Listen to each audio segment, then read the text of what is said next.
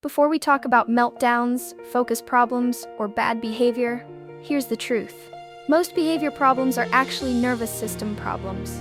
And when we support the nervous system first, behavior often changes on its own.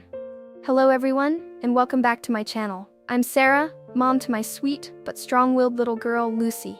Today, I want to talk about a topic that I truly believe can be a lifeline for families who are struggling with emotional meltdowns, constant distraction, or behaviors that feel overwhelming and confusing in their children. Today's topic is something called a sensory diet. When you hear the word diet, you might immediately think of food, nutrition, calories, or restrictions. But the sensory diet I'm talking about has nothing to do with meal plans or vitamins.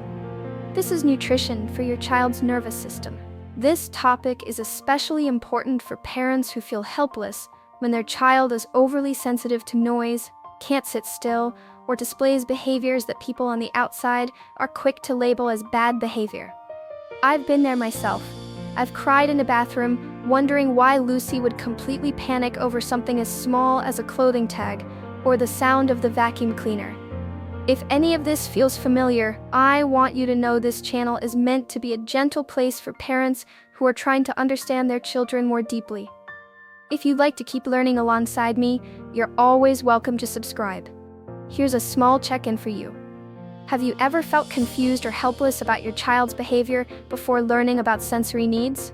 If yes, you can comment 1. If no, you can comment 0. It wasn't until I learned about the concept of a sensory diet from occupational therapists that everything began to change for us. A sensory diet is a personalized plan of sensory and movement activities designed to help a child stay calm, focused, and emotionally organized throughout the day. Just like the body needs food to function, the brain needs the right kind of sensory input to run smoothly.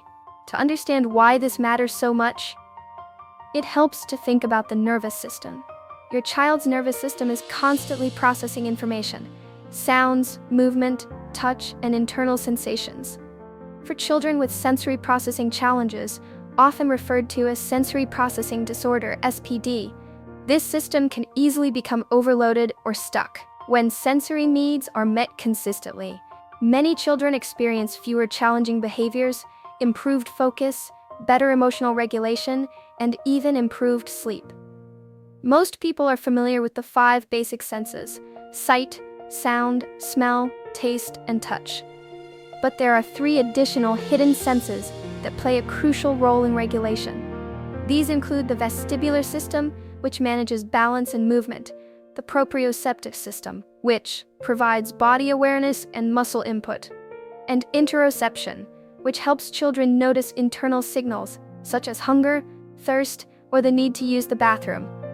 Lucy has what professionals call a mixed sensory profile. She avoids certain sensations, like loud noises, but actively seeks others, such as crashing, pushing, or heavy movement. Understanding this profile was the first step in creating the right sensory menu for her.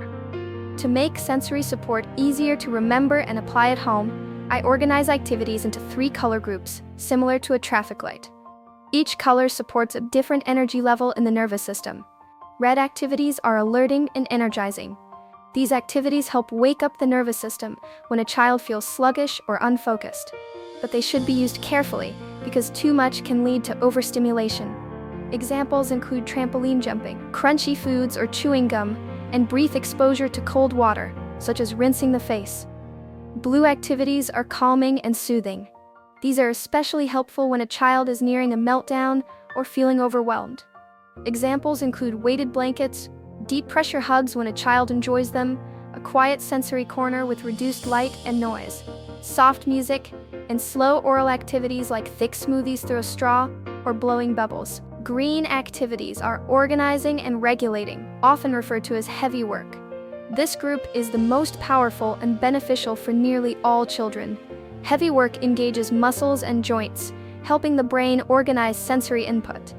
Activities such as wall or floor push-ups, carrying groceries or laundry baskets, blanket burrito games, Play-Doh or kneading dough, and simple obstacle courses all fall into this category. The goal of a sensory diet is not to turn your child into an athlete or to add more pressure to your day. Instead, The goal is to gently weave sensory support into everyday routines. In the morning, this might include using an electric toothbrush for oral input, offering crunchy breakfast foods, or doing a few stretches or jumping jacks before leaving the house. After school, which is often the most sensitive time of day, children may benefit from a chewy or crunchy snack. Some heavy work, like swinging or trampoline time, and minimal questioning so they can decompress. During homework or free play, sitting on a therapy ball, using fidget toys, or playing with sensory bins filled with rice, beans, or sand can support focus. In the evening, it's helpful to downshift the nervous system with a warm bath, gentle massage with lotion, soft lighting, and avoiding screens at least 1 hour before bedtime. If this approach feels gentle and realistic for your family, you may want to stay connected here. I share more ideas like this regularly, and subscribing simply helps you find your way back when you need support. One last question for you. After hearing about sensory diets, do you feel more hopeful about supporting your child? If yes, comment 1. If no, or you're still unsure, comment 0. There are a few important reminders to keep in mind. Be a detective rather than a judge.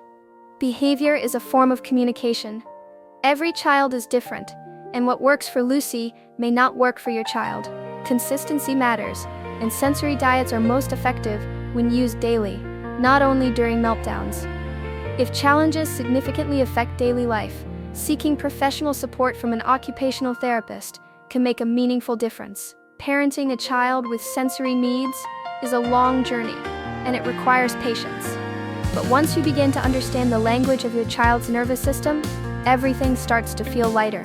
Sensory activities don't just help children regulate, they also create joyful moments of connection. You are not alone.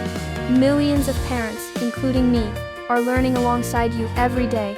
Be patient with your child, and just as importantly, be patient with yourself. Thank you for taking the time to read and learn. I wish you and your little ones peaceful, playful, and balanced days ahead.